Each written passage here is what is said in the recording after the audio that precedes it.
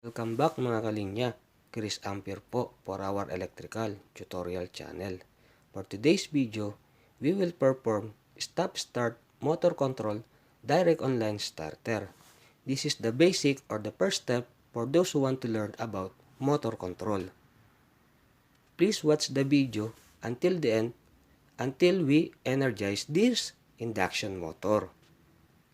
Mga kalinya, please consider subscribing po and hit the notification bell button for us to be updated for the future videos. So let's do the wiring po mga kalinya.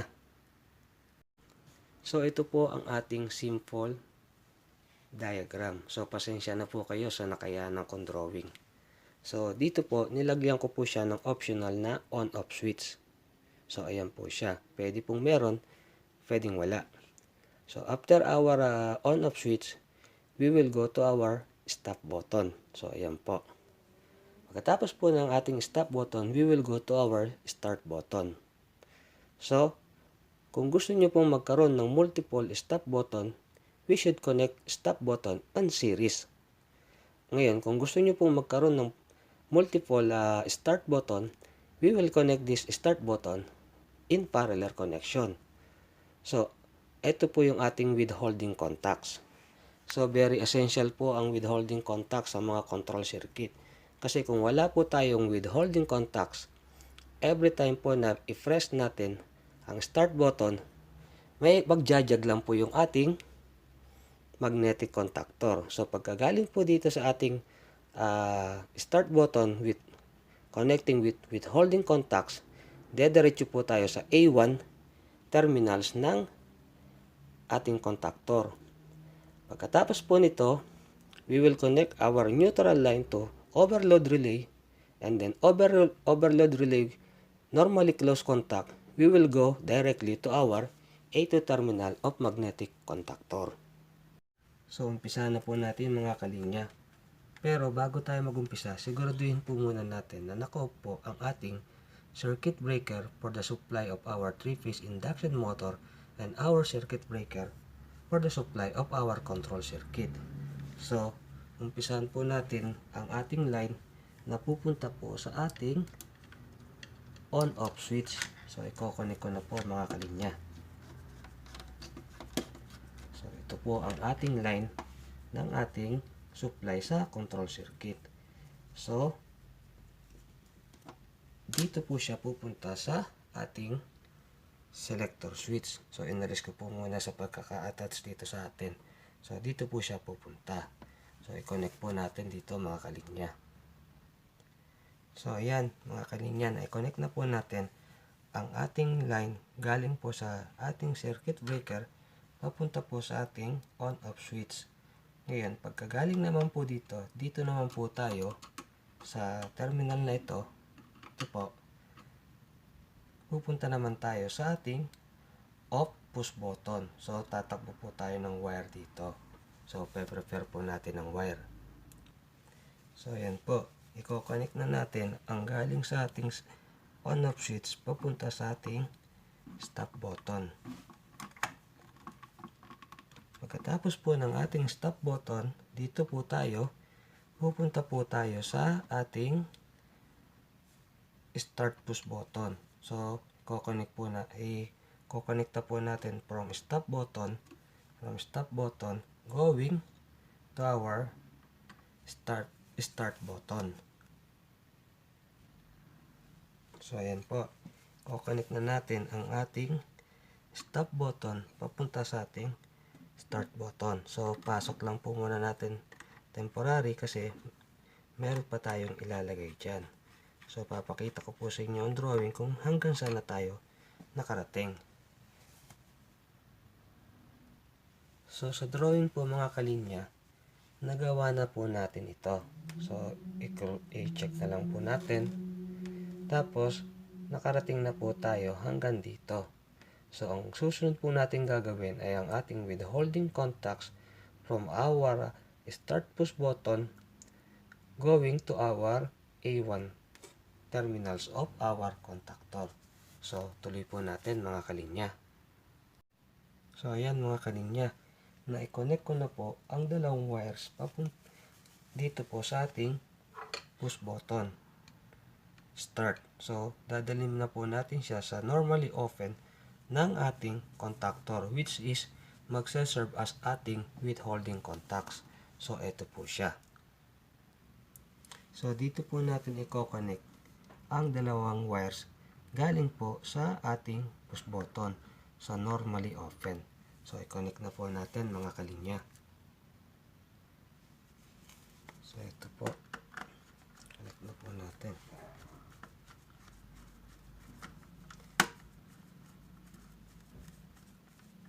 So, normally open po. Yung isa po, so ito po yung isa, kailangan po dadiretso siya sa A1 terminals, ng ating contactor. So, kasi po, pag pinress po natin yung push button at inangat po natin yung ating push button start, which is normally open, so siya na po yung magiging daluyan ng ating kuryente na galing sa ating line. So, kailangan po kasi itong ating withholding contact. So, once na in-unpress na po natin yung ating start button, which is normally open, sa kanya na po dadaan ang kuryente diretso papunta sa ating A1. So, i-connect po natin to sa A1 tong isa.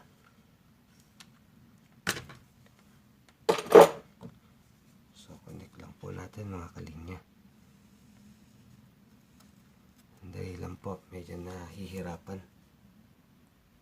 So, ito na po yung sa ating A1 na kaduktong po ng ating wire galing push button. So, okay na po.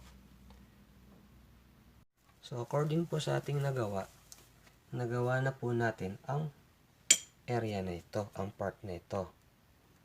Natapos na rin po natin ang ating wiring nang papunta po sa ating on-off switch. So, nakarating na po tayo dito. Tapos na rin po tayo sa stop button. So, nakonect na rin po natin ang ating withholding contacts hanggang A1 terminals ng ating contactor. So, tapos na po tayo hanggang dito. So, ang kulang na lang po natin sa performing our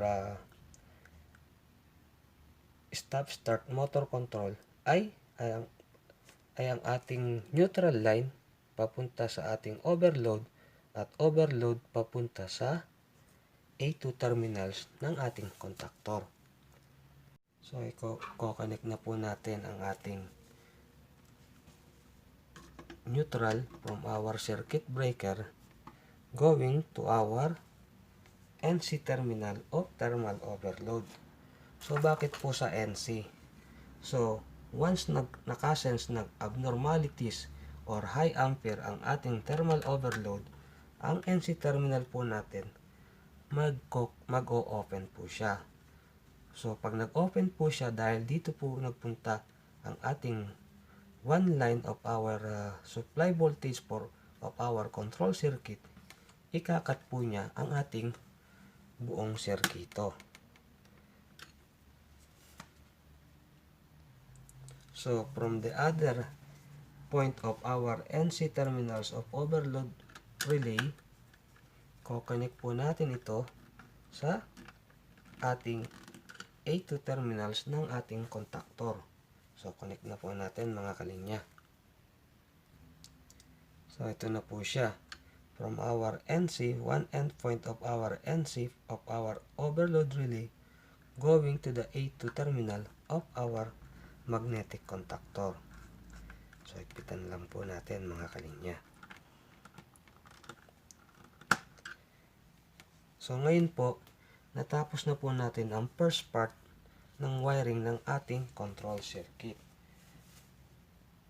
So, mga kalinya, nagawa na po natin itong part na ito. So, before we proceed on wiring our indication lights for power on, stop, run, and trip, i-check po muna natin kung tama ba ang ginawa nating pag-wiring sa main components ng ating control. So, check po natin ngayon ang resistance ng ating contactor, ang coil niya.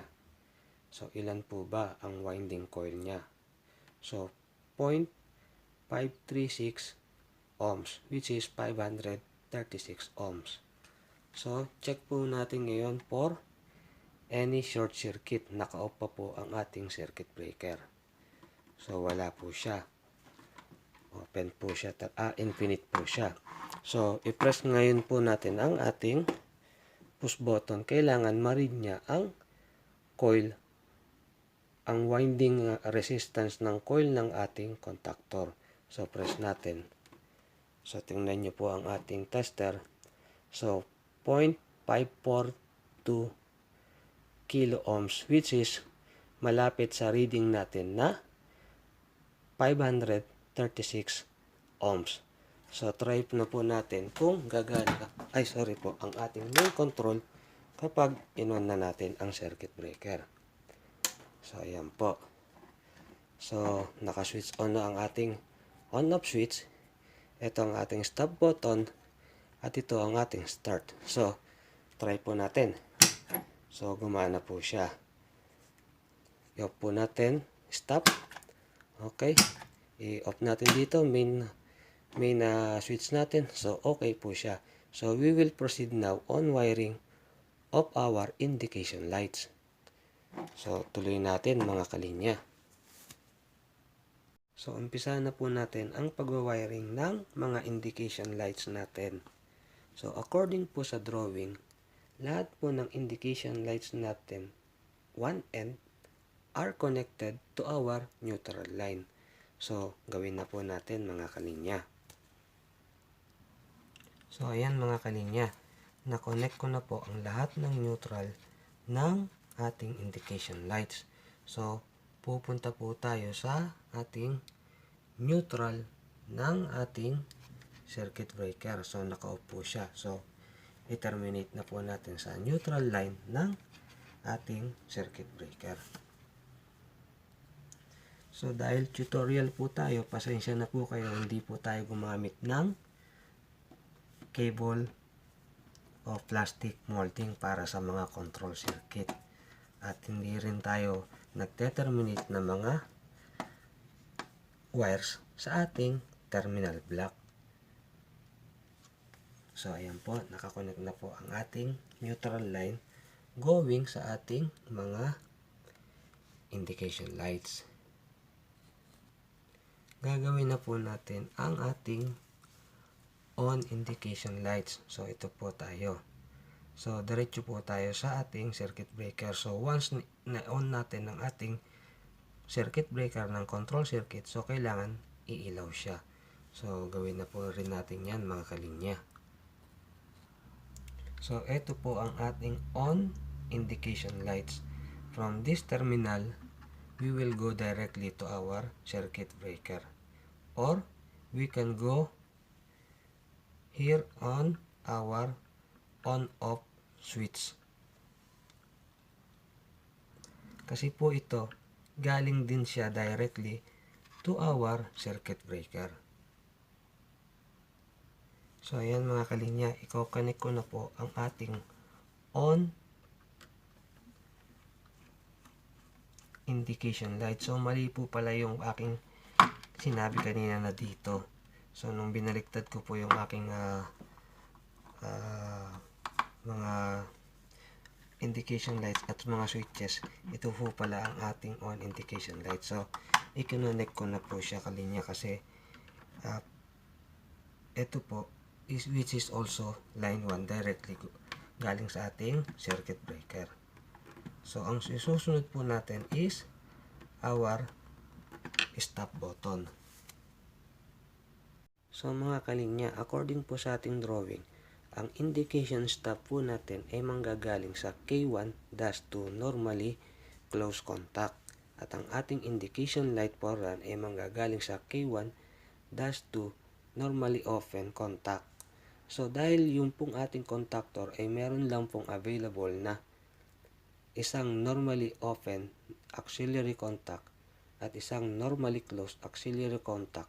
So, nag-decide po ako na gumamit na lang po ng auxiliary contact block. So this is a combination of normally open and normally closed contact. So dito po natin kukunin ang ating supply papunta po sa ating indication light. So instead po na gumamit ako ng relay, so ito na lang po muna ang ating gagamitin. But on our next video, gagamit po tayo ng mga relay sa ibang mga control circuit. So i-attach ko na po mga kalinya. Lalagay ko na po mga kalinya ang ating auxiliary contact block.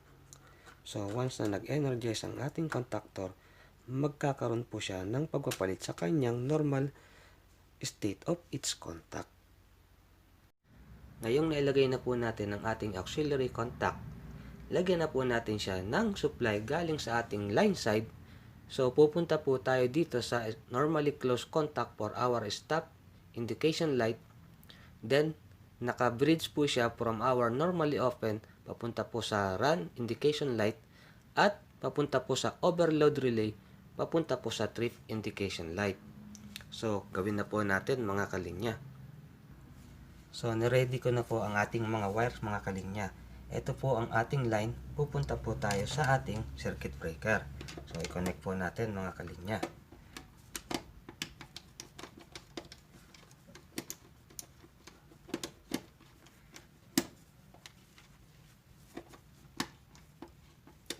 So ngayon, dahil according sa ating drawing, pupunta tayo sa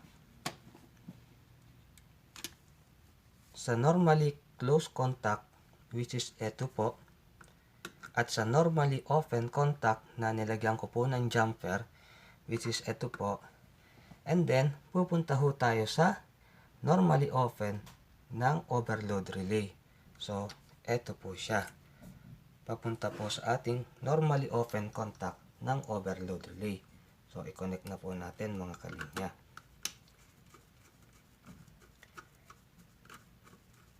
So ayan po, okay na po ang ating tinignan kanina, pinakita sa drawing. So ang susunod naman po natin gagawin ay ang mga ito. From our normally closed contact ng ating auxiliary contact block, dadalhin po natin siya sa stop indication. From our normally open contact of our auxiliary contact, dadalhin natin siya sa run indication. And then, yung natitira pong normally open ng ating overload relay, dadalhin natin sa trip indication. So, tara, gawin na rin po ulit natin mga kalinya. Connect na po natin ang ating stop indication light. So, ito po siya, katapat po ng ating stop button. So, according po sa ating diagram drawing, pupunta po siya sa normally closed contact ng ating auxiliary contact block. Kasi po, kung naka-off ang contactor, dapat naka-close contact siya. So, pag nag-energize ang contactor, mag-o-open contact po ito. So, okay po, i-connect na natin. Ang isusunod po natin ay ang ating run indication light. So, ito po siya, katapat po ng ating start button. So, i-connect po natin siya sa normally open. So, once na-energize ang contactor, magko-close contact po siya. So, ito po ang ating normally open.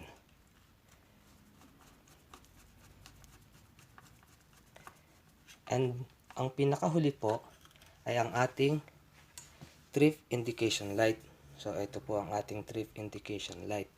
So, i-connect po natin siya sa ating normally open ng ating thermal overload relay. So, once nagkaroon ng trip ang ating overload relay, magko-close contact po siya. So, iilaw po ang ating trip indication lights. So, ayan. Kompleto na tayo mga kalinya sa ating control circuit. So, try naman po natin kung tama po ang ating ginawa. So, subukan na po natin mga kalinya kung tama ba ang ating ginawa sa second step, how to perform motor control. So, sa mga indication, titingnan po natin kung tama po yung ating ginawa. So, on ko na po ang circuit breaker ng ating control circuit. So, ayan po mga kalinya. Kung makikita nyo po, naka-on na kagad ang sa ating power indication. So, nakailaw po ang ating stop kasi hindi pa po naka-energize ang ating contactor. Hindi po nakailaw ang ating indication for run kasi hindi pa ho energize ang ating contactor. At nakatrip po tayo kasi actually po, tinrip ko po siya talaga kanina para maipakita ko po sa inyo. So, ito po yung blue button, this is for resetting. So, i-reset ko po, tingnan po natin kung mawawala ang ilaw na to. So, nawala po.